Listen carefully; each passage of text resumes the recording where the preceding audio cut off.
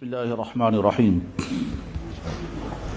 حضرات، اس وقت میں چند الگ الگ موضوعات پر مختصر گفتگو کروں گا، اس نیت اس جذبے کے ساتھ کہ اللہ تعالیٰ اس گفتگو کو بولنے والے کے لیے بھی اور سننے والے بھائیوں کے لیے بھی مفید سے مفید تر بنائے۔ اس میں پہلا موضوع یہ ہے، انسان کو اپنی زندگی میں سینکڑوں نہیں ہزاروں فیصلے کرنے ہوتے ہیں، بلکہ زندگی نام ہی فیصلے کرنے کا ہے۔ یہ چھوٹے سے چھوٹے مسئلہ بھی ہو سکتا ہے، بڑے سے بڑا مسئلہ بھی ہو سکتا ہے۔ آدمی کو رشتہ کرنا ہے، یہاں کریں یا وہاں کریں، فیصلہ کرنا ہے۔ اللہ نے اولاد عطا کی ہے، بچے کو ایڈمیشن کرانا ہے، کون سے سکول میں کرائیں، فیصلہ کرنا ہے۔ آپ کو جاب کرنا ہے، وہاں جاب کریں یا یہاں جاب کریں، فیصلہ کرنا ہے۔ مکان بنانا ہے، اس جگہ بنائے مکان یا اس جگہ بنائے مکان، فیصلہ کرنا ہے۔ بچے کی رشتے کی بات چل رہی ہے، کہاں کریں گے، فیصلہ کرنا ہے۔ گھر میں چھوٹے بھائی بہن ہیں، ان کے رشتوں کی بات کرنی ہے، فیصلہ کرنا ہے۔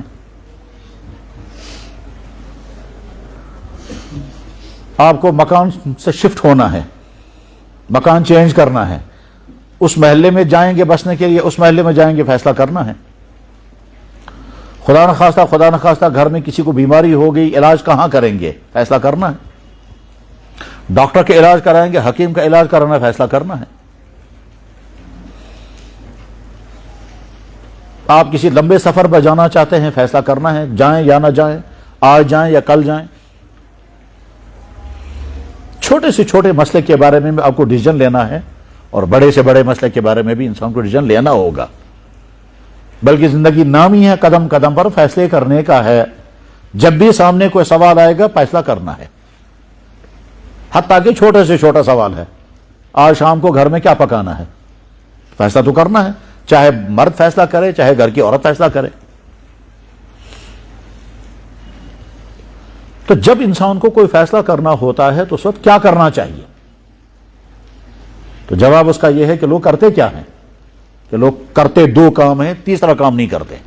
بہت کم لوگ کرتے ہیں دو چیزیں، اکثر لوگ کرتے ہیں، تیسری چیز نہیں کرتے، اور کرتے ہیں تو بہت کم لوگ کرتے ہیں۔ جو دو چیزیں کرتے ہیں وہ یہ ہیں کہ سوچتے ہیں، غور کرتے ہیں۔ سوچنا بھی اور غور بھی کرنا ہے۔ اس سوچنے میں اپنی معلومات کو بھی سامنے رکھتے ہیں، اپنے تجربات کو بھی سامنے رکھتے ہیں، اپنی عقل بھی لڑائیں گے، اور یہ سارا سوچنے کے بعد پھر کوئی ڈیسیژن لیں گے۔ اور دوسرا کام کرتے ہیں دوسروں سے مشورہ کرنا۔ یہ دوسرے والدہ بھی ہو سکتے ہیں، تجربہ کار لوگ ہو سکتے ہیں، جاننے والے لوگ ہو سکتے ہیں، ان سے بھی مشورہ کریں گے۔ تو دو کام سارے لوگ کرتے ہیں، خود سوچنا اور دوسروں سے رائے لینا۔ یہ دونوں ٹھیک ہے۔ خود سوچنے میں غلطی بھی ہو سکتی ہے، اور خود سوچنے میں انسان صحیح فیصلہ بھی کر سکتا ہے۔ دوسروں سے مشورہ لینے میں انسان کو فائدہ بھی ہو سکتا ہے، اور خدا نخواستہ نقصان بھی ہو سکتا ہے۔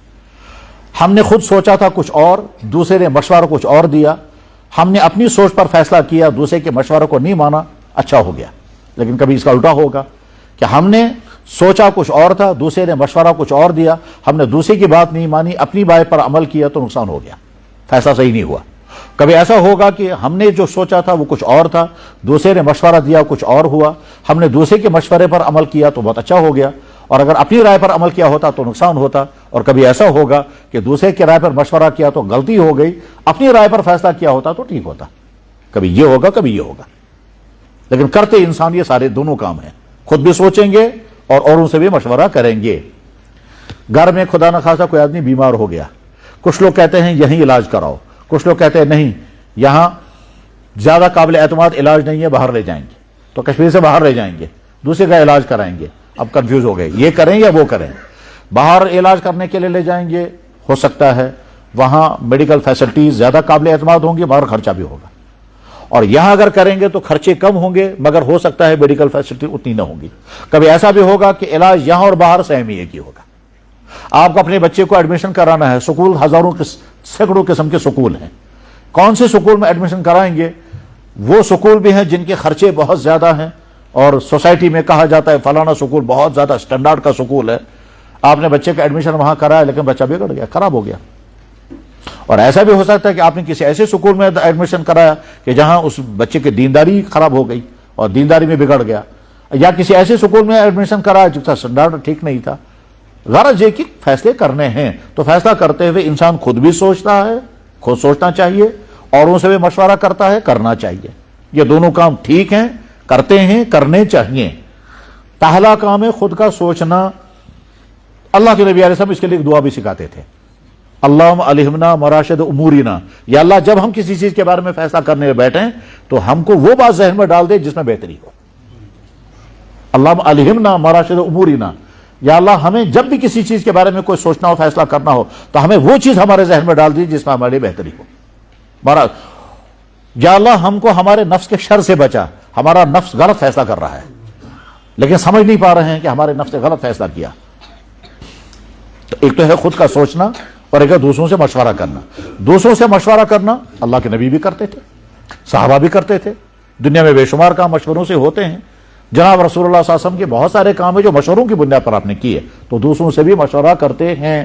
یہ دوسرا کون ہوگا آدمی ڈھونڈتا ہے، ماہر آدمی ہونا چاہیے، جاننے والا ہونا چاہیے، تجربے والا ہونا چاہیے، دور اندیش ہونا چاہیے، عقل مند ہونا چاہیے، مشورہ قابل اعتماد ہونا چاہیے۔ یہ آپ کے والدین بھی ہو سکتے ہیں، بھائی بہن ہو سکتے ہیں، دوست احباب ہو سکتے ہیں، ماہر ہو سکتے ہیں، مشورہ۔ یہ دو کام تو سارے لوگ کرتے ہیں۔ تیسرا کام جو عام طور پر لوگ نہیں کرتے، بس وہی میں سمجھانا چاہتا ہوں، وہ تیسرا کام ہے اللہ سے مشورہ کرنا۔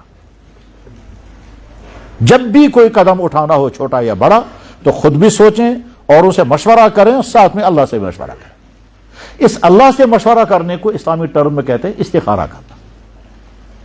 چنانچہ حدیثوں میں ہے، بخاری میں حدیث ہے، صحابہ کہتے ہیں کہ کان رسول اللہ صلی اللہ علیہ وسلم یعلمنا الاستخارہ کما کان یعلمنا القرآن۔ اللہ کے نبی ہمیں استخارہ اس طرح سے سکھاتے تھے جیسے قرآن سکھاتے تھے، یعنی ہر کام میں اللہ سے مشورہ کرو۔ اب مسئلہ یہ ہے کہ اللہ سے مشورہ کریں گے تو وہاں سے جواب کیسے آئے گا، اور اللہ سے مشورہ کرنے کا طریقہ کیا ہے؟ تو یہ تو ہے نہیں کہ جیسے ہم انسان سے مشورہ کریں گے، اس کو اپنی رائے دیں گے اور پھر پوچھیں گے جناب ایسے کریں یا ویسے کریں، آپ بتا دیں، وہ وہاں سے اپنی سوچ کے مطابق کوئی جواب بتائے گا۔ تو اللہ کے ساتھ تو ایسا مشورہ نہیں ہو سکتا، یہ تو دنیا میں ممکن نہیں ہے کہ اللہ تعالیٰ ہر انسان سے بات چیت کرنے لگے۔ وما کان بشرا ان یکلمہ اللہ، انسان کے بس میں نہیں ہے کہ اللہ تعالیٰ ہر انسان سے بات کرنے لگے۔ تو اللہ سے مشورہ کیسے ہوگا؟ تو جواب ہے استخارہ۔ استخارہ کرنے کا آسان طریقہ یہ ہے کہ جب کوئی معاملہ ہمارے سامنے ہو، 2 رکعت نماز پڑھیں، 2 رکعت نماز پڑھنے کے بعد کہیں یا اللہ میرے سامنے یہ معاملہ ہے اور یہ معاملہ میں آپ کے سامنے پیش کر دیتا ہوں، جو میرے لیے بہتر ہوگا وہ میرے ذہن میں ڈال دیں، جو میرے لیے بہتر ہوگا اس کی مجھے گائیڈنس مل جائے۔ اور اس کے لیے استخارے کی دعا بھی کتابوں میں لکھی ہوئی ہوتی ہے۔ وہ استخارے کی دعا چاہے کتاب سے کھول کر کے پڑھیں، چاہے زبانی پڑھیں، اس کا ترجمہ پہلے دیکھ لیں، اس میں ترجمے میں کیا لکھا ہے۔ اللہم انی استخیرک بعلمک واستقدرک بقدرتک واسألک بفضلک العظیم فإنک تعلم ولا نعلم اللہم ان کنت تعلم ان ھذا الامر خیر لی فی دینی ومعاشی وعاقبۃ امری فیسرہ لی وان کنت تعلم ان ھذا الامر شر لی فی دینی ومعاشی وعاقبۃ امری فاصرفنی عنہ واصرف عنی وقدر لی الخیر حیث ما کان۔ یہ ہے دعا، یا اللہ میں آپ سے خیر مانگ رہا ہوں، آپ کا علم ہے، اس علم کی بنیاد پر آپ جانتے ہیں کہ میرے اس معاملے میں بہتری کس میں ہے، یا اللہ اگر آپ کے علم میں ہے کہ یہ معاملہ اس طرح سے کرنے میں میرے لیے بہتری ہے تو راستہ کھول دیجئے، اور اگر آپ کے علم میں یہ ہے کہ یہ معاملہ میرے لیے پریشانی کا ہے، میرا انجام اس کا ٹھیک نہیں ہوگا، یہ میرے لیے نقصان دہ ہے، میرے دین کے لیے، میری آخرت کے لیے، میرے انجام کے لیے اور میری معیشت کے لیے نقصان دہ ہے، تو یا اللہ مجھے اس سے ہٹا دے اور وہ راستہ مجھے عطا کر دے۔ یہ ہے دعا۔ اللہم ان کنت تعلم ان ھذا الامر، یا اللہ اگر آپ کے علم میں ہے کہ یہ والا معاملہ، اور یہ والا معاملہ کہتے ہوئے ذہن میں رکھنا ہے کون سا والا معاملہ آپ کے سامنے ہے۔ بس یہ دعا کر کے سو جانا چاہیے، تو اللہ تعالیٰ شانو کوئی نہ کوئی رہنمائی ضرور فرمائیں گے۔ یہ رہنمائی کرنے کے 2 طریقے ہیں۔ ایک طریقہ تو یہ ہے کہ آپ کے ذہن میں آ جائے گا کہ یہ کام مجھے نہیں کرنا ہے، یا ذہن میں آئے گا یہ کام کرنا اور دل میں اطمینان ہوگا، اور یا پھر خواب میں آ جائے گا۔ بے شمار لوگوں کے بے شمار تجربات ہیں کہ استخارے کے نتیجے میں کیا ہوتا ہے۔ بات سمجھانے کے لیے بس میں 1-2 مثالیں عرض کرتا ہوں اور ٹاپک ختم کر رہا ہوں۔ یہیں اسی شہر میں ایک مسجد میں ایک امام صاحب تھے، میرے جاننے والے ہیں۔ اس امام صاحب کا مزاج یہ تھا، وہ یہ کہتے تھے کہ مجھے رشتہ نہیں کرنا ہے، بغیر نکاح کیے زندگی گزارنی ہے۔ اس مسجد کے مقتدی مجھ سے بھی کہتے رہتے تھے کہ امام صاحب سے کہو یہ نکاح کیوں نہیں مانتے، میں بھی اس مسجد میں جاتا رہتا تھا, وہاں کے مقتدی مجھ سے کہتے تھے ہمارا امام بغیر نکاح کے ہے, اس کو آپ آمادہ کریں, یہ کیوں نہیں مانتے نکاح کرنا. میں بھی ان سے کہتا رہتا تھا, وہ جواب ان کا ہوتا تھا کہ مجھے نکاح نہیں کرنا ہے, مجھے ایسی زندگی گزارنی. جب بھی میں کبھی وہاں جاتا تھا مقتدی مجھ سے اصرار کرتے تھے, میں امام صاحب سے کہتا تھا, امام صاحب انکار کرتے, مجھے نہیں کرنا. چاہتے ایک دفعہ میں نے ان سے کہا, میں نے کہا دیکھو یہ تو آپ کا فیصلہ, اور ہو سکتا ہے یہ فیصلہ صحیح اور ہو سکتا ہے غلط ہو, تو ہم کو چاہیے کہ اپنا کسی بڑے فیصلے کے لیے اللہ سے بھی مشورہ کریں, اور تم کو معلوم ہے اس کے لیے استخارہ تو استخارہ کرو. اس نے کہا مجھے کرنا ہی نہیں ہے تو استخارہ کیوں کروں, مجھے جب رشتہ کرنا ہی نہیں ہے تو استخارہ کیوں کرو. میں نے کہا میں کہہ رہا ہوں آپ میرے کہنے پر کر لیں. اس نے جواب میں کہا کہ اگر آپ کو زیادہ شوق ہے تو آپ ہی کرو. میں نے کہا چلو میں کرتا ہوں استخارہ, لیکن تم بھی کرو. بہرحال میں انہی کے پاس ٹھہرا ہوا تھا, اسی کے کمرے میں تھا, اسی کے ہاں کھانا کھایا, عشاء کی نماز پڑھ کر کے بیٹھے ہم, کھانا وانا کھایا, پھر میں نے 2 رکعت نماز پڑھ کر دعا کی, یا اللہ اگر ان کے لیے بے نکاح کے رہنا بہتر ہے تو وہی مقدر کر دے, اور اگر نکاح ان کے لیے بہتر ہے تو وہی مقدر کر دے. بہرحال دعا ہوا پڑھ کر کے سو گئے, تو تہجد کا وقت تھا, تو میں نے علامہ اقبال کو خواب میں دیکھا, اور علامہ اقبال شعر پڑھ رہے تھے, وجود زن سے ہے تصویر کائنات میں رنگ. یہ علامہ اقبال کا بہت مشہور شعر ہے. وجود زن سے ہے تصویر کائنات پر رنگ, کا مطلب یہ ہے یہ کائنات ایک میپ ہے, اور اس میپ میں کلر کچھ نہیں ہے. انسان کی زندگی ایک میپ ہے, یہ انسان کی زندگی جو ہے وہ بغیر کلر کے ہے. جب یہ نکاح کرے گا تو اس کے بعد پھر اس کی زندگی میں کلر آ جائے گا. تو میں نے اسی وقت ان کو اٹھایا, تہجد کا وقت تھا, میں نے کہا اٹھو صاحب, علامہ اقبال کا میسج آ گیا آپ کے نام. خیر اس کے بعد انہوں نے نکاح کیا, آج 5-7 بچے بھی ہیں ان کو, ابھی اسی شہر میں موجود ہے امام صاحب, میرے جاننے والے ہیں. پھر میں سوچتا رہا یہ علامہ اقبال کیوں آیا خواب میں, کوئی اور کیوں نہیں آیا. مثلا اسی کے والد آ جاتے خواب میں, یا کچھ اور ہو سکتا تھا, تو اقبال ہی کیوں خواب میں آیا. تو بعد میں پتا چلا کہ اس امام صاحب کو علامہ اقبال سے بڑی دلچسپی ہے, اور ہزاروں شعر ان کو اقبال کی یاد ہے, آج بھی سناتے رہتے ہیں وہ اشعار. تو چونکہ ان کو علامہ اقبال سے بہت زیادہ دلچسپی ہے, اس لیے اسی کے روپ میں پیغام آ گیا. یہ ایک مثال میں عرض کر رہا ہوں کس چیز کا, استخارہ کرنے کے نتیجے میں گائیڈنس کیسے ملتی ہے. ایک صاحب میرے پاس آئے, کہنے لگے جی ہم 2 میاں بیوی ہیں, اور ایک کسی جاب میں ہیں, اور وہاں وہ 2 میاں بیوی رہ رہے ہیں, اور کوئی ساتھ میں نہیں ہے. کہتے ہیں بچہ ہو چکا ہے, وہ 3-4 مہینے کا یا 2-3 مہینے کا ہے, اور ادھر سے بیوی دوبارہ حاملہ ہو گئی. اب وہ بیوی کہہ رہی ہے میں کیسے 2 بچوں کو چلاؤں گی, ادھر سے ایک بچہ دودھ پی رہا ہے, ادھر سے پھر پریگننسی شروع ہو گئی. تو میں نے کہا کیا پوچھنا چاہتے ہیں. کہنے لگے آپ کچھ بتائیے. تو میں نے کہا بھائی آپ پوچھیں, آپ کیا پوچھنا چاہتے ہیں تو میں بتاؤں گا. کہتا ہے تو ہی بنیو ہنس, آپ ہی کچھ بولیں.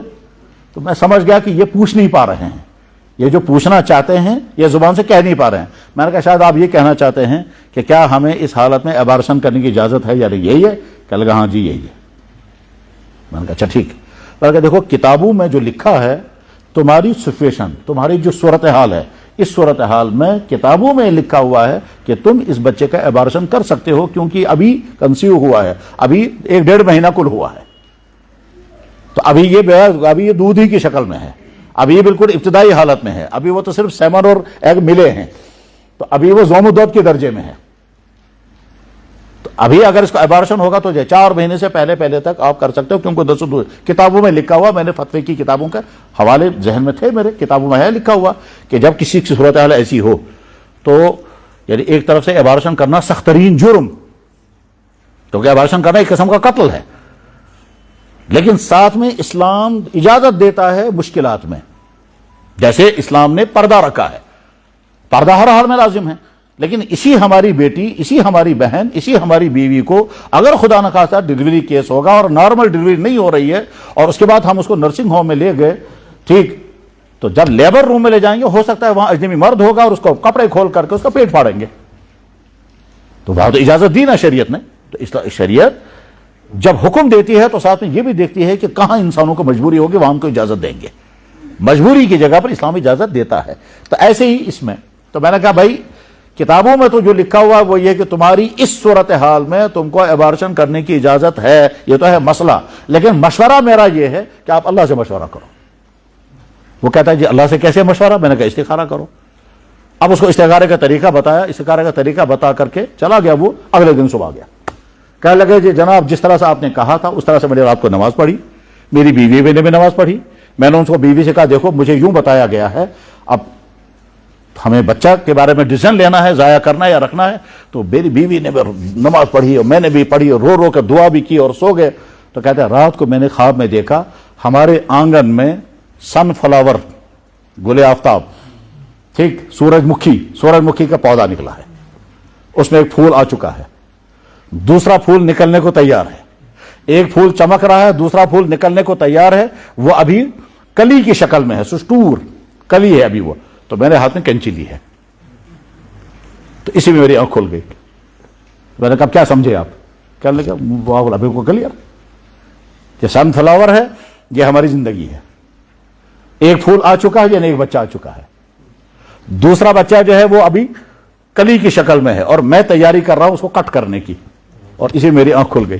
تو میں نے کہا اب کیا لگا؟ میں نے بیوی کو صبح ہی کہا، میں نے رات کو خواب میں دیکھا، بیوی نے بھی کچھ دیکھا، وہ نہیں بتایا. تو میں نے صبح ہی اپنی بیوی کو کہا میں نے اس طرح سے خواب میں دیکھا، وہاں سے وہیں کیا کرو، اب بتاؤ ہم کیا کرنا چاہیے؟ کہتے بیوی نے کہا کچھ بھی ہو جائے ہم یہ نہیں کریں گے، اس پھول کو نہیں کاٹیں گے. میں نے کہا اب کیا سوچا ہے؟ کہنے لگا جی ہم نے تو طے کیا ہم کچھ نہیں، ہم بچہ ضائع نہیں کریں گے، ہم رکھیں گے. میں نے کہا ٹھیک. چلا گیا وہ. 2-3 سال کے بعد یہ آدمی آیا، اب مجھے نہیں معلوم یہ وہی آدمی ہے. یہ آدمی آیا، اس کے ساتھ بچہ ہے، تو آ کر کہتا ہے آپ تو مجھے نہیں پہچانتے ہوں گے. میں نے کہا مجھے ذہن میں نہیں آ رہا ہے. کہنے لگا میں اس سے پہلے آپ کے پاس آ چکا ہوں اور میں نے اس طرح سے بات کی تھی، اور یہ میں نے کہا ہاں یاد آ گیا. کہنے لگا جس بچے کو ہم مارنا چاہتے تھے وہ یہ بچہ ہے. استخارے کے نتیجے میں یہ بس، اور بہت ساری مثالیں ہیں. بس ٹاپک ختم ہو رہا ہے.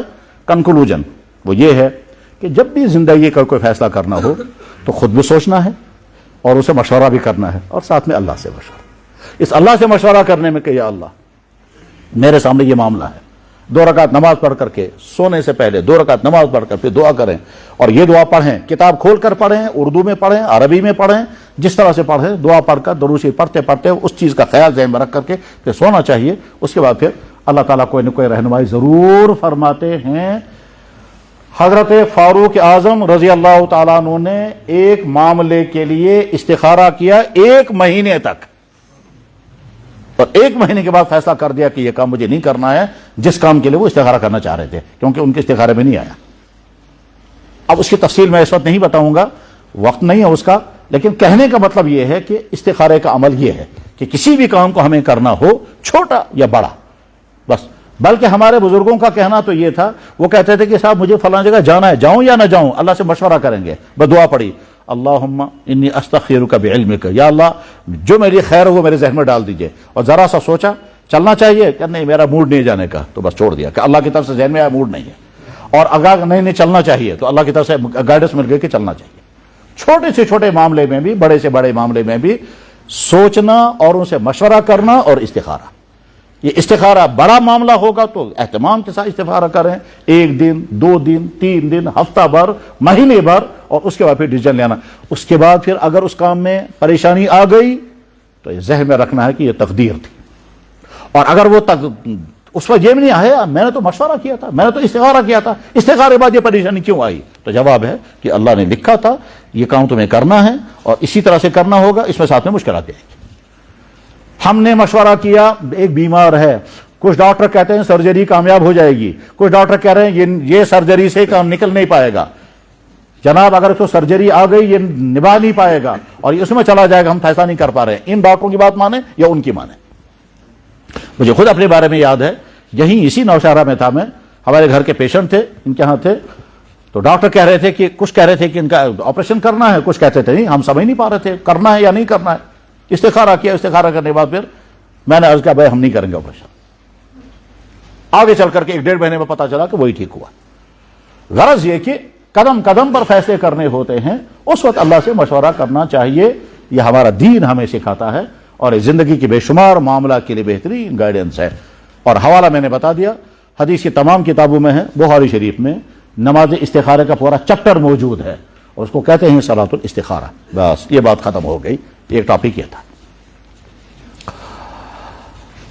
حضرات آج ہمارے ہاتھوں میں یہ جو موبائل ہے، اس موبائل کی وجہ سے ہزاروں آسانیاں ہیں، وہ ساری آسانیاں ہم سب جان رہے ہیں، لیکن اس کے ساتھ ساتھ ہی اس کی وجہ سے سینکڑوں مسائل بھی پیدا ہو گئے ہیں اور ان مسائل کے متعلق صحیح رہنمائی کی ضرورت ہے.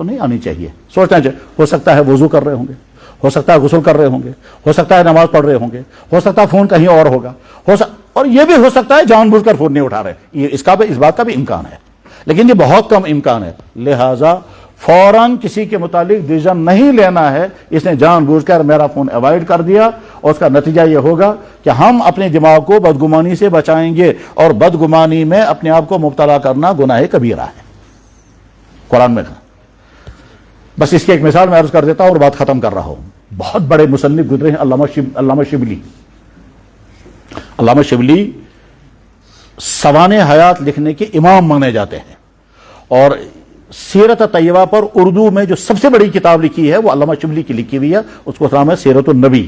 علامہ شبلی نعمانی علی گڑھ یونیورسٹی میں پروفیسر تھے, دارالعلوم ندوۃ العلماء کے بہت بڑی شخصیت تھے, علامہ سلیمان ندوی کے استاد تھے, اور اسلامی کتابوں کے بہت بڑے مصنف گزرے ہیں.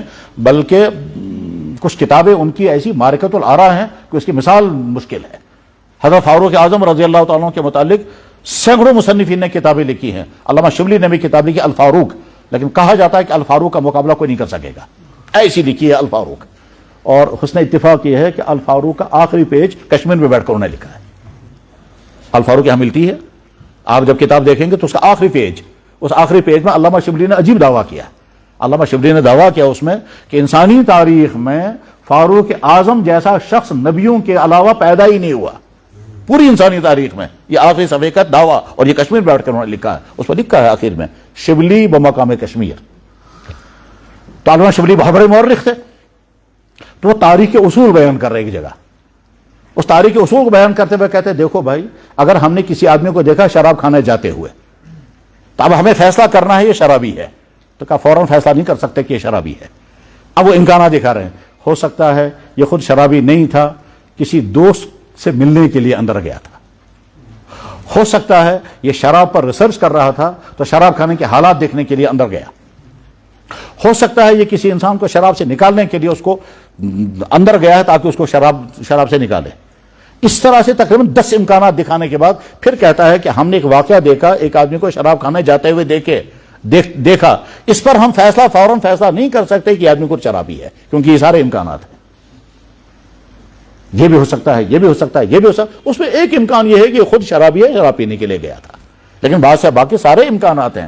تو مورخ کے کندھوں پر یہ ذمہ داری ہے, ایک واقعے کو اس نے دیکھا, اس کا نتیجہ نکالنا ہے. یہ نتیجہ نکالنے میں غلطی بھی ہو سکتی ہے, اور نتیجہ نکالنے میں صحیح بھی ہو سکتا ہے. سیم اسی طرح سے ہم نے کسی کو فون کیا, اس نے وہاں سے میرا فون نہیں اٹھایا, تو مجھے فوراً یہ نتیجہ نہیں نکالنا ہے کہ اس نے مجھے اوائڈ کیا, اس نے میرا فون کیوں نہیں اٹھایا, اور بدزنی, اور اس کے بعد پھر لڑائی کریں گے کہ نہیں صاحب آپ نے تو میرا فون ہی نہیں اٹھایا, میری سمجھ میں نہیں آتا آپ کیا کرتے ہیں, کیوں نہیں میرا فون اٹھایا. تو لڑنا نہیں ہے, امکانات ذہن میں رکھنے, یہ بھی ہو سکتا ہے, یہ بھی ہو سکتا ہے, یہ بھی ہو سکتا ہے. بس یہ بات ختم ہو گئی, مجھے اسی بڑی بات ختم.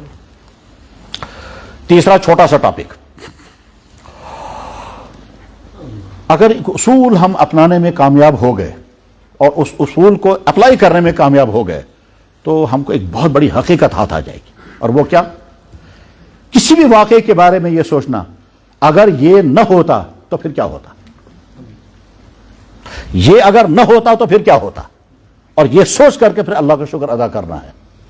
اگر یہ نہ ہوتا تو کیا ہوتا, اور یہ سوچ کر پھر اللہ کا شکر ادا کرنا ہے. یہ 3 جملے ہو گئے. اگر یہ نہ ہوتا پھر کیا ہوتا, لہذا میں اللہ کا شکر ادا کرتا ہوں. بس اب اس ذہن کو, اب اس کی تفصیل سنیے.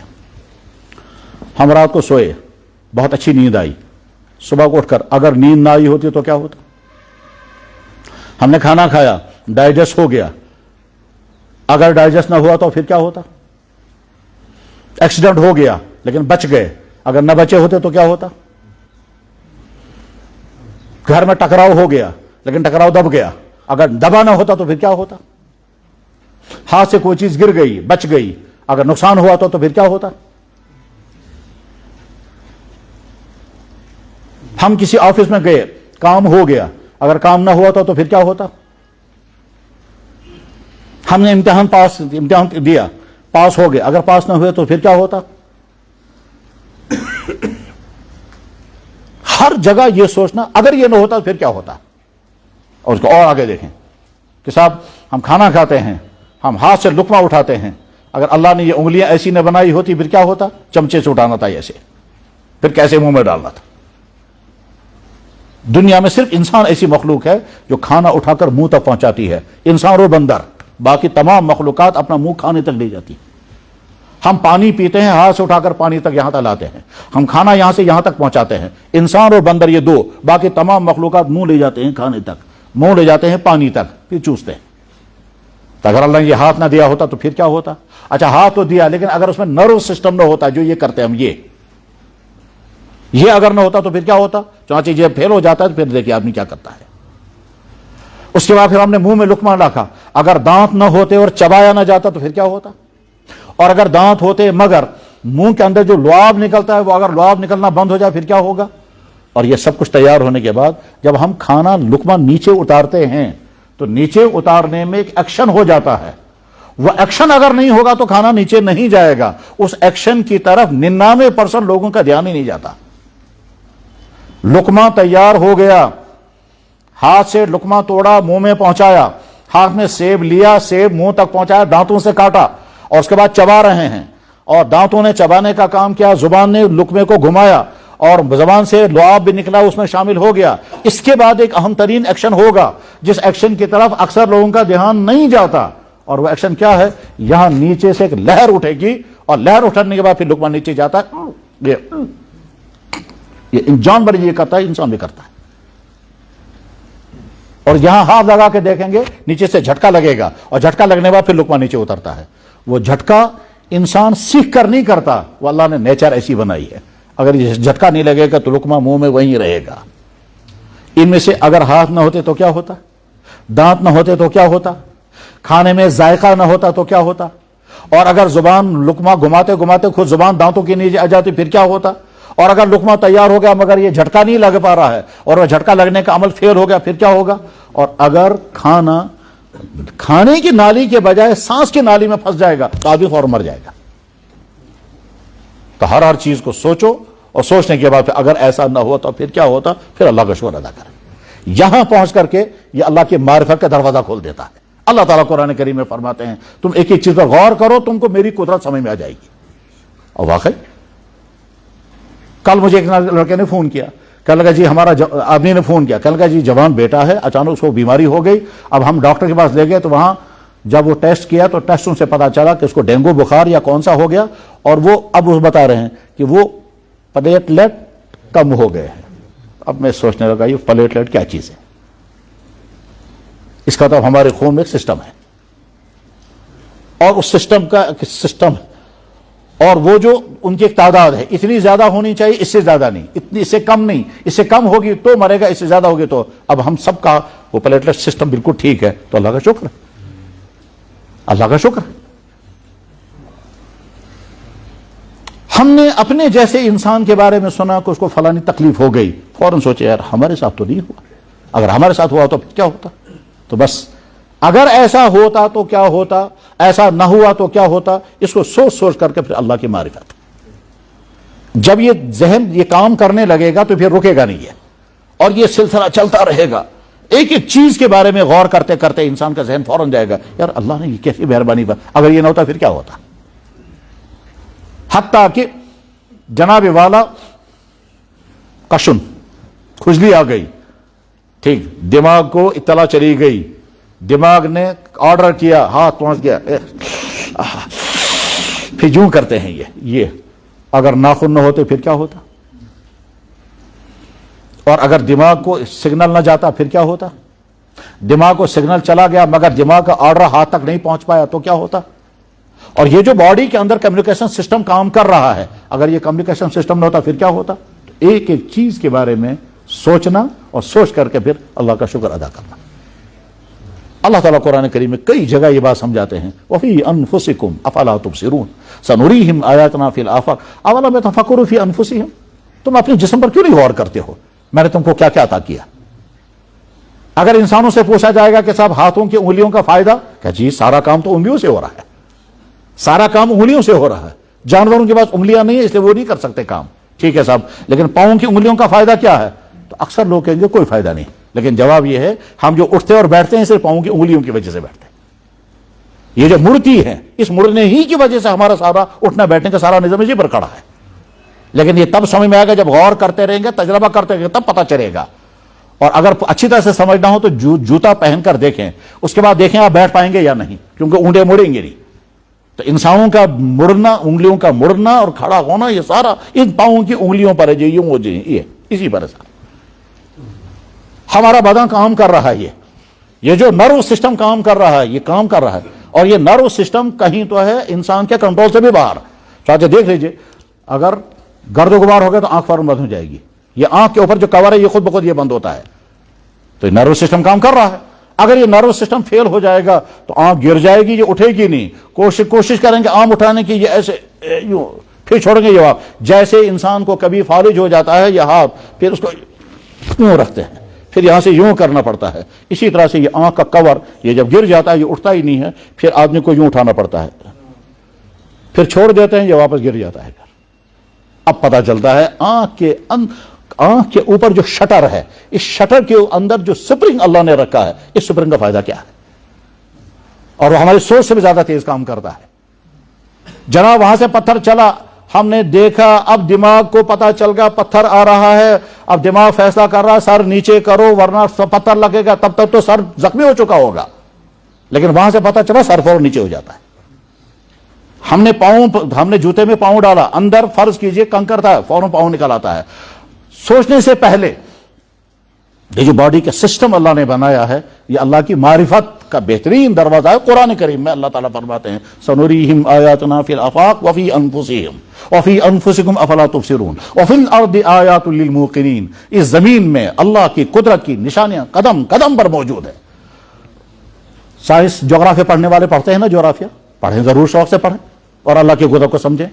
زمین گھوم رہی ہے، ایٹ اے ٹائم زمین 2 چکر کاٹتی ہے، یہ اور یہ بھی گھوم رہی ہے۔ اگر بال ہوتا تو میں بتاتا، اور جغرافیہ آپ نے پڑھا ہوگا تو سمجھ سکتے ہیں کہ بال گھوم رہا ہے اور گھومنے کے ساتھ آگے بھی چل رہا ہے۔ یہ جو ایک راؤنڈ لگاتا ہے اس سے سال بنتا ہے، اور یہ جو یوں گھومتی ہے اس سے دن بنتا ہے۔ یہ جو یوں گھومتی ہے اس سے دن بنتا ہے۔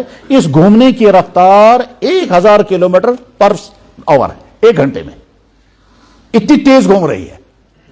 اور جب سے کائنات ہے تب سے آج تک اس گھومنے میں کوئی فرق نہیں آیا۔ سیکنڈوں کا، سیکنڈ تو بہت بڑی بات ہے، 1 سیکنڈ کے 1,00,000 حصے کریں، 1 سیکنڈ کے 1,00,000 حصے کریں، پھر ایک حصہ جو آپ نے نکالا اس کے 10,000 حصے کریں، پھر ایک جو نکل آئے گا۔ اتنا فرق بھی نہیں آیا ہے جب سے کائنات بنی ہے آج تک، اور قیامت تک فرق نہیں آئے گا۔ یہ کون کنٹرول کر رہا ہے؟ یہ وہ ہے جو سائنس میں ہم نے پڑھا، حالانکہ سائنس ہمارا سبجیکٹ نہیں ہے، اسٹرونومی ہمارا سبجیکٹ نہیں، مگر وہاں یہی ہے۔ تو کون کر رہا ہے یہ سارا کنٹرول؟ اللہ کی قدرت، اللہ۔ کہتے 4 چیزیں جب جمع ہو جاتی ہیں تو چیز اگ جاتی ہے۔ کیا ہے خدا کے، پڑھنا چاہیے، پڑھنا۔ قرآن میں کہیں اللہ تعالیٰ شانہ جانوروں پر صورتوں کا نام رکھتے ہیں۔ سورہ ری، سورہ چیونٹی، تو چیونٹی کے نام پر پوری سورت ہے۔ سورہ نمل، سورہ نحل شہد کی مکھی، سورہ عنکبوت مکڑی کا جالا، تو مکڑی کے جالے پر سورت کا نام رکھا، کیوں رکھا؟ اس کے پیچھے حکمتیں ہیں۔ کہ صاحب دیکھیے ری، چیونٹی، اس کی باڈی سے زیادہ اس کی ہمت ہے، نمبر 1۔ چیونٹی کبھی اپنی زندگی کا 1 سیکنڈ میں لاس نہیں کرے گی، کبھی اس چیونٹی بیٹھی بھی نہیں رہے گی، ہر وقت کام میں مشغول رہے گی۔ چونٹیاں آپس میں کبھی نہیں لڑیں گی، ایک دوسرے کو فالو کرنے کا ان کا مزاج ہے، مشورے، کوآپریشن چونٹیوں کی سوسائٹی کا ایک اہم ترین حصہ ہے، کوآپریشن۔ اس لیے چونٹیاں مل کر کے کام کرتی ہیں۔ کہیں اگر ان کو شکار مل گیا اور چونٹی نہیں کھینچ پا رہی ہے، ساری چونٹیوں کو جمع کر کے لائے گے اور پھر کھینچیں گے اسے۔ یہ سب تو اوپر والے کام ہیں، لیکن چونٹی اچھی طرح سے دیکھتی ہے موسم سردیوں کا آ رہا ہے، اور کشمیر کے 3-4 مہینے ہم اوپر زمین پر نہیں رہ سکتی، لہٰذا وہ زمین کے اندر سوراخ بناتی ہیں، اور اس کے لیے مہینوں وہ محنت کرتی ہیں، تو اپنے لیے اندر ہائیڈ آؤٹ بناتی ہیں۔ اس ہائیڈ آؤٹ بنانے کے لیے اندر کی مٹی باہر نکالیں گی، اور پھر یہ دیکھتی ہیں کہ برف اور بارش کی تری کہاں تک پہنچے گی، اس سے نیچے جا کر اپنا سوراخ بنانا ہے، اور سوراخ بنانے کے بعد پھر وہاں سٹاک لے جانا ہے، اور وہ سٹاک جو ہے وہ جمع کر کے رکھنا ہے۔ اب یہ سٹاک یعنی دانا جب اندر لے جائے گی تو دانا مٹی کے ساتھ مل جائے گا، تو اس کے اگ جانے کا خطرہ ہے۔ اگر دانا اگ جائے گا تو پھر ان کی غذا نہیں رہے گا، تو دانے کو 2 ٹکڑے کر دیتی ہے، اور جس دانے کے بارے میں اس کو معلوم ہے کہ یہ 2 ٹکڑے کرنے کے بعد پھر یہ اگ جائے گا، اس دانے کے 4 ٹکڑے کر دیتی ہے۔